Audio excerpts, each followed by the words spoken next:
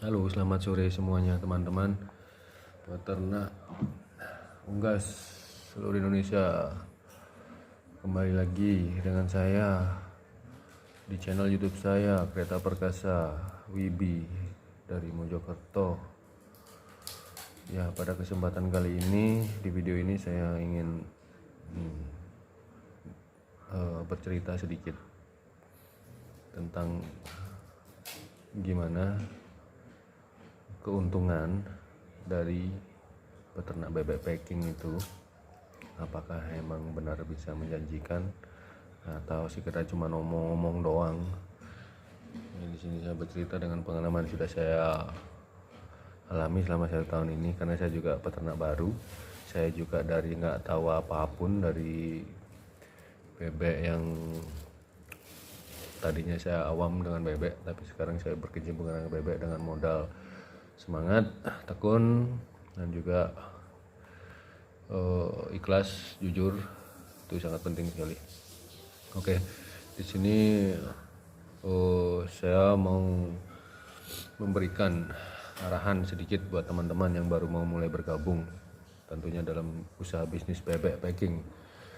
Yang perlu teman-teman perhatikan di sini, teman-teman tuh harus mengenal jenis ya, mengenal jenis usaha itu sendiri ya, jenis usaha itu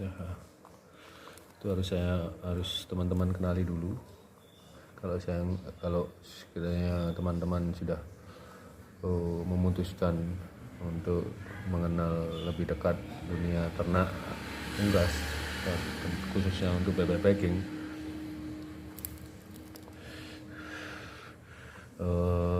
yang wajib yang teman-teman lakukan sekarang itu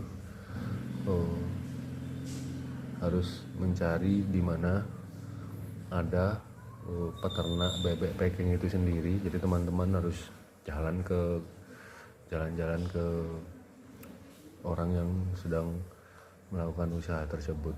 Jadi teman-teman harus melakukan kegiatan tersebut. Teman-teman harus terjun langsung ke lapangan untuk mengenal langsung perilaku bebek seperti apa, jadi perlakuan bebek seperti apa. Jadi harus seperti itu. Jadi teman-teman nggak bisa mengenal bebek itu hanya sekedar dari internet atau dari informasi-informasi dari mulut ke mulut. Itu akan sangat rawan sekali akan ketidakbenaran informasi yang didapat. Jadi langkah baiknya seperti itu. Itu langkah pertama. Jadi yang kedua, di sana teman-teman harus pelajari di mana keuntungannya dan di mana tingkat risikonya ya. Jadi di sini kita perhatikan tingkat risikonya harus kita perhatikan. Yang ketiga, segi keuntungannya.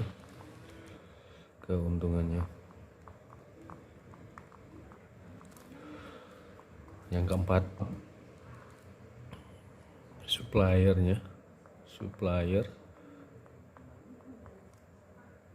Yang kelima, pasar. Ini sangat penting sekali ya, sangat penting sekali. Urutan ini setelah semua ini terpenuhi, teman-teman pasti akan lebih detail lagi nanti kesananya. Oke, kita akan membahas lagi. Kalau mengenal jenis usaha ya tentunya kita harus belajar sendiri ya kan, belajar sendiri dari literatur, beberapa buku mungkin bisa, atau dari beberapa teman referensi juga boleh, seperti apa. Terus tingkat risikonya di sini untuk khususnya di dunia ternak bebek packing. Jadi tingkat risiko yang perlu sekali kita perhatikan di sini adalah satu, di sini semuanya berkaitan. Tingkat risiko di sini ada beberapa hal. Satu, adanya ketersediaan bibit yang akan kita pelihara. Jadi ya, ketersediaan bibit ini sangat penting sekali. Bibit yang akan kita pelihara ya, ini akan sangat penting sekali, karena biar usaha yang kita lakukan ini akan berkelanjutan. Tentunya ketersediaan bibit sini kita harus lebih mengenal lagi ke arah jenis bebek yang akan kita pelihara. Jenis bebek yang harus kita pelihara di sini yang mungkin akan jauh lebih menguntungkan, ya kan? Menguntungkan di sini dalam artian kita mudah memeliharanya, rawan terhadap penyakit, dan pasar juga menerima jenis bebek yang kita pelihara. Itu yang sangat penting sekali dengan adanya ketersediaan bibit ini. Jadi teman-teman harus jalan-jalan ke beberapa tempat, istilahnya pengusaha peternak bebek yang mempunyai spek bebek yang mungkin berbeda-beda setiap peternak, karena mereka juga mempunyai metode yang berbeda-beda juga. Itu kita harus jeli, kita harus lebih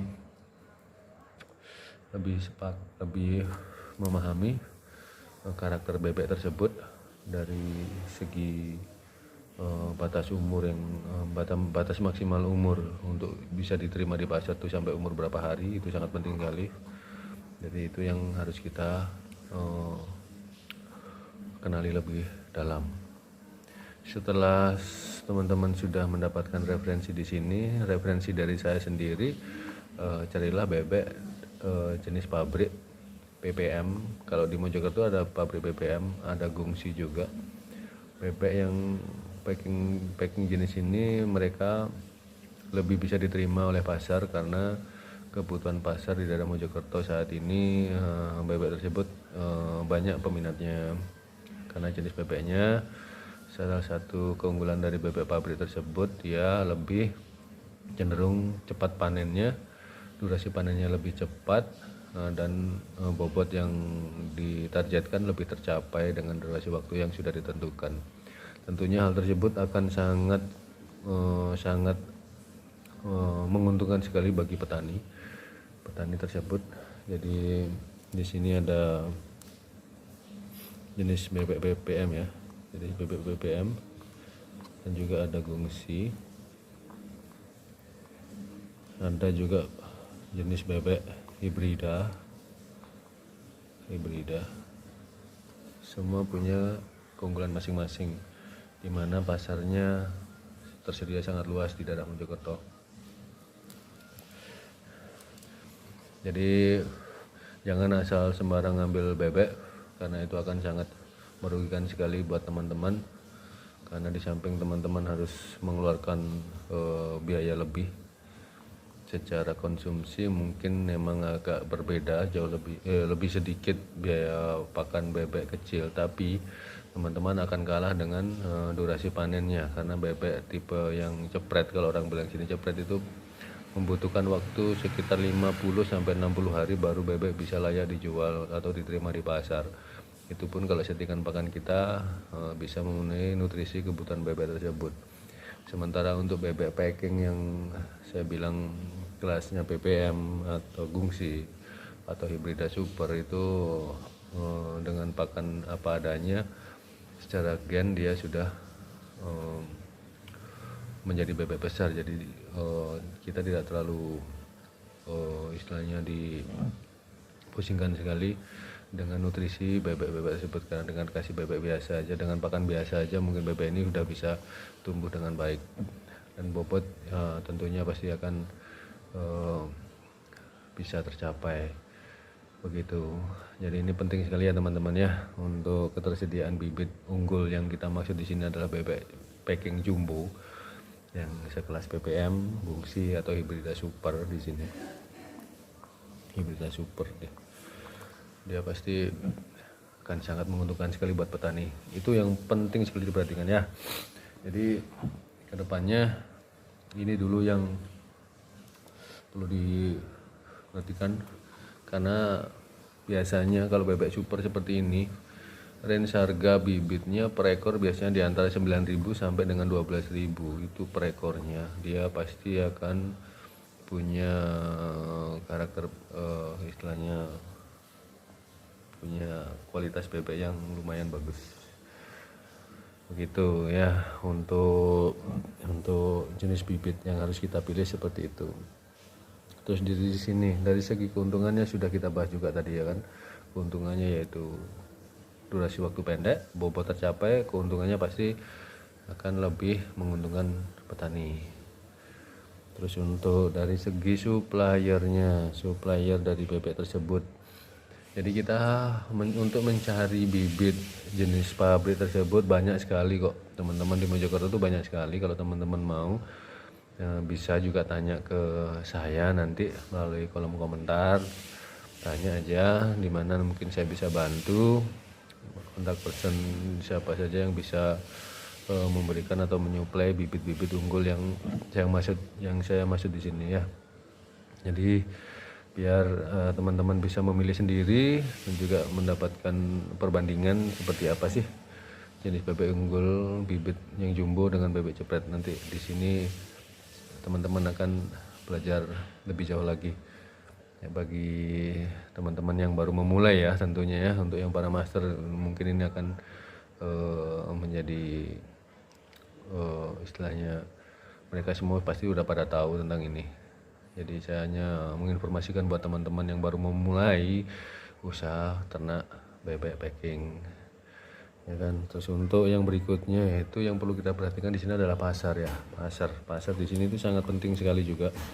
Jadi sebelum teman-teman memutuskan untuk memulai usaha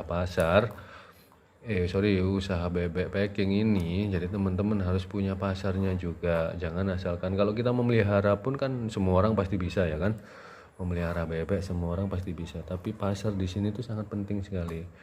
Kenapa? Jadi dimana bebek sudah waktunya panen, bebek harus segera bisa dikeluarkan sesuai dengan target kita.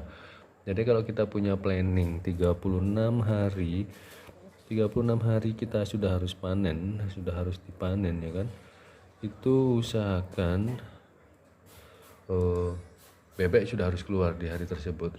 Kenapa harus seperti itu? Karena setiap hari kita bakal memberikan biaya pakan untuk bebek itu tersebut, memberikan pakan setiap hari, tentunya kan biaya akan terus bertambah ya kan. Sementara kadang ada pasar yang gak semuanya bisa menerima bobot bebek yang diinginkan pasar lokal. Itu yang agak sedikit ribetnya di pasar sini. Jadi kita harus bisa mengikuti permintaan pasar. Dengan bobot permintaan pasar tentunya kita harus komunikasi dengan yang namanya bakul di sini. Bakul itu adalah orang-orang yang biasanya pengepul istilahnya, dia supplier dari warung-warung yang ada di kota-kota ataupun di desa-desa, warung-warung bebek. Itu biasanya mereka disuplai oleh para bakul ini. Nah, para bakul ini dia ambil bebeknya dari petani seperti kita ini.